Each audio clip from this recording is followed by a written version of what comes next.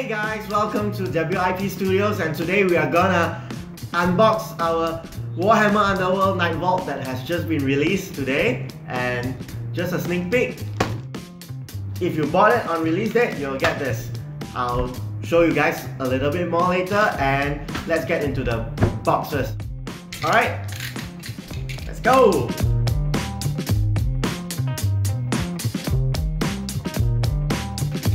Alright.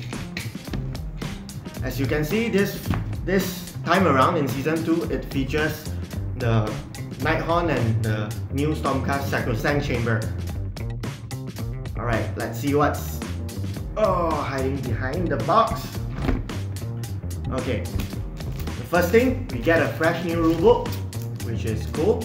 With the new magic that is in play, the rulebook will probably change some rules from the first season, and yeah, I'm very excited about that. And we get 2 bots, and of course the minis.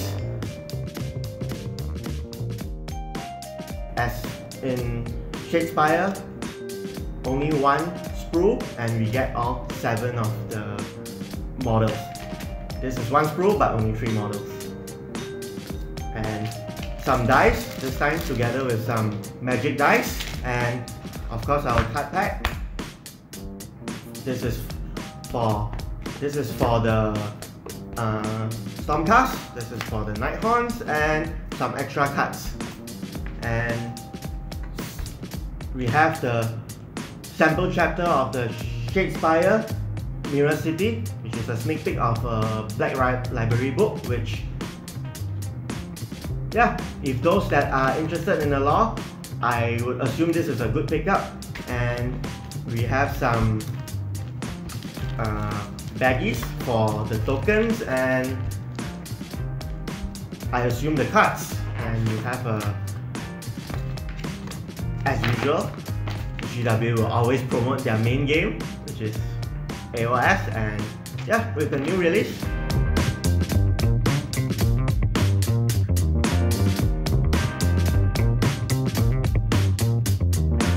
For any new players that want to get into the new Warhammer Underworld, this box is a very nice way to get into it, as it's just £40 and you get 2 warbands and you can play with your friends. With the amount of value you can get inside here, it's actually amazing. But before we get into that, I'll showcase the bots that are different from the first season.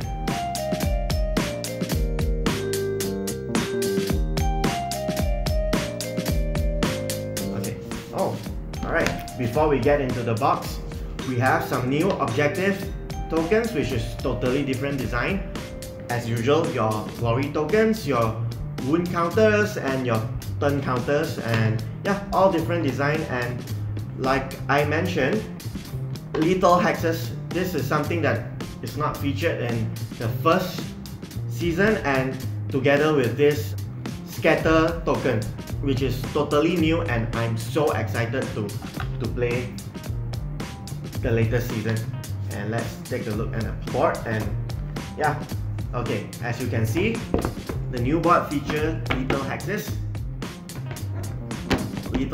and the other side without any lethal hexes. But as you can see, they actually make the rim easier for us players to view those block hexes, which in the season 1 is actually more dim, where sometimes you might miss out. And as you can see, GW is actually improving in quality in this new season. And all these boxes comes with different starting hexes, which I would say it will change the game a lot, and it will actually make the game more interesting, as now you have all new places to place your warbands when you get into the game. And just to give you guys a sneak peek, we actually get the Arcane hazards, which actually allows you to place models on top of your block hexes, and at the same time, all the lethal hexes, which is very interesting. And now, you will never forget that those are block hexes and lethal hexes.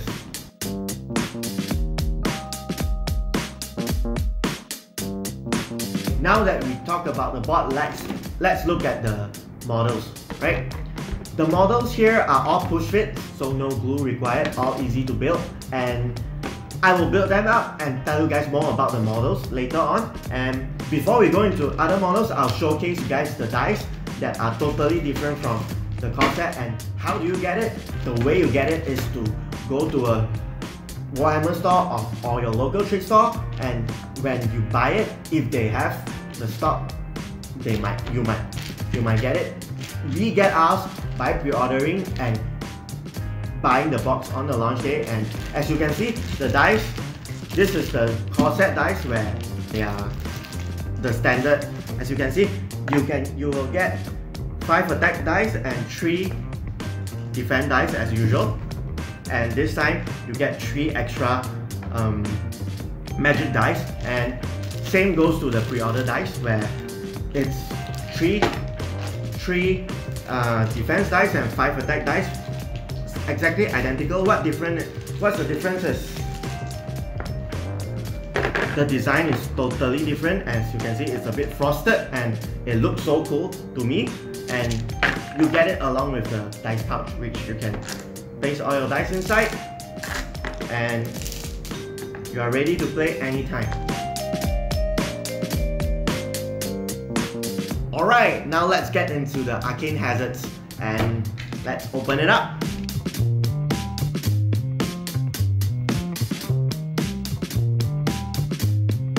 Oh, look at that! It's actually colored plastic as well. It comes with a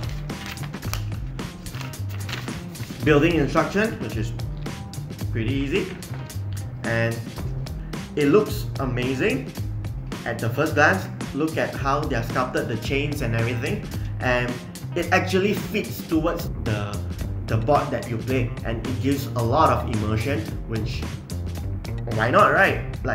And after I built up all this to get alongside with all the models that are in the core set, I'll show you guys and share with you guys how does it feel to build it. Is it easy to build, or is it a bit tough? Do I need some glue and all the jazz?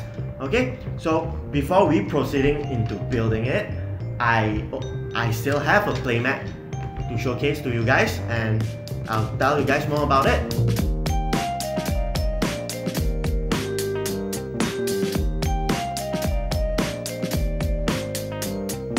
Let's look at the playmat and let's open it up.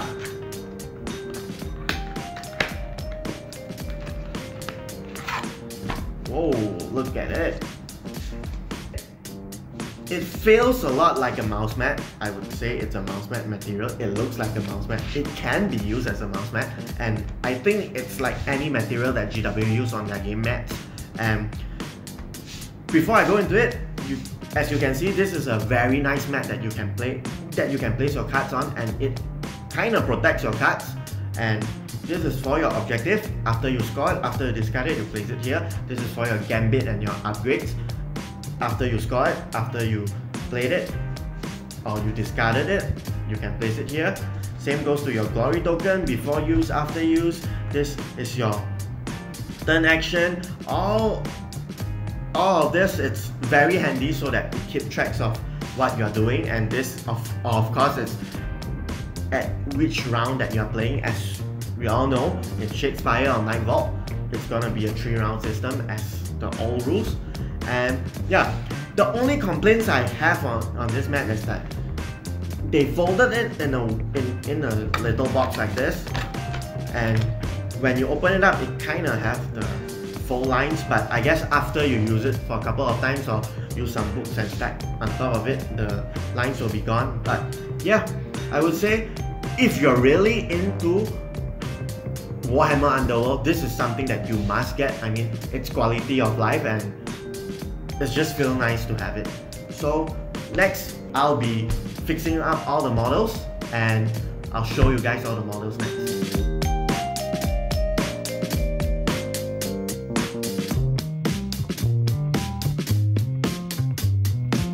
Alright guys, I'm back and finally built up everything, and now I can give you guys a full review of everything. First and foremost, everything is easy to build, zero glue needed, but I do face some issues during building, but let's talk about it one by one. First is the Stormcast model. Okay, the Stormcast model, it's very hard to put together, I would say, because you can see a lot of seam lines, especially at the shoulder pads, and the plastic is a bit tough to work with, and it just feels different from normal GW grade plastics. But overall, they are extremely good sculpts. I love the fact that the base is the same base design or same concept design with the first season, which is the Stormcast Eternals. I like the fact that they have some, you know, relation together. This is a nice part about the models. The sculpts is very nice. The face sculpt looks amazing, but I would say the disappointed part is the fact that there are some seam lines that needed to be fixed. Maybe we need to cut off the pack a bit and actually glue them down instead of just fitting them in. And that's all for the Stormcast. And now to the Nighthawns. The Nighthawns models are a lot easier to work with.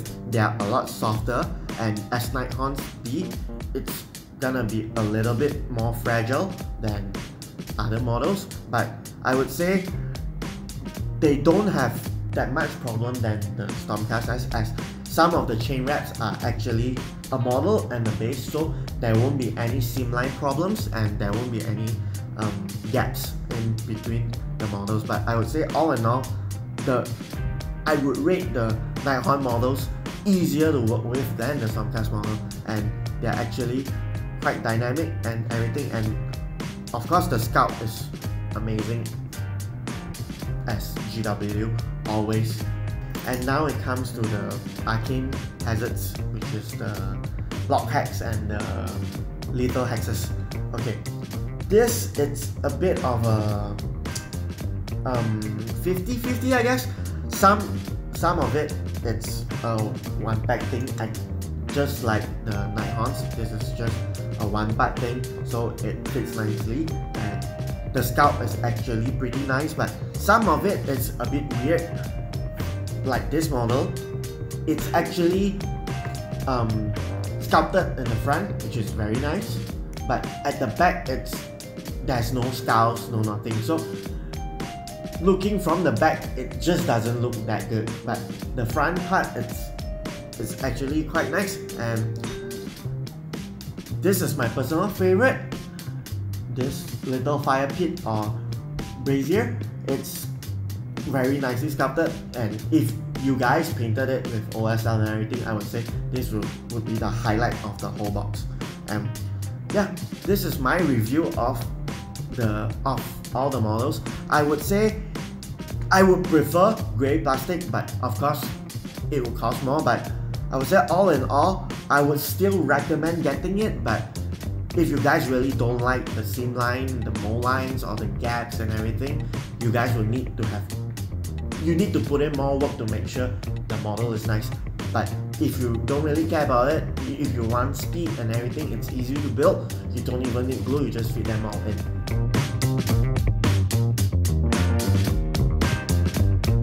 This is everything from Nightvault, and if you guys have any suggestion, you guys can comment down below, tell us how we can improve and bring better content for you guys. And if you like the video, like it, and it doesn't harm to subscribe. And we will continue make more videos like this, and stay tuned to our next video.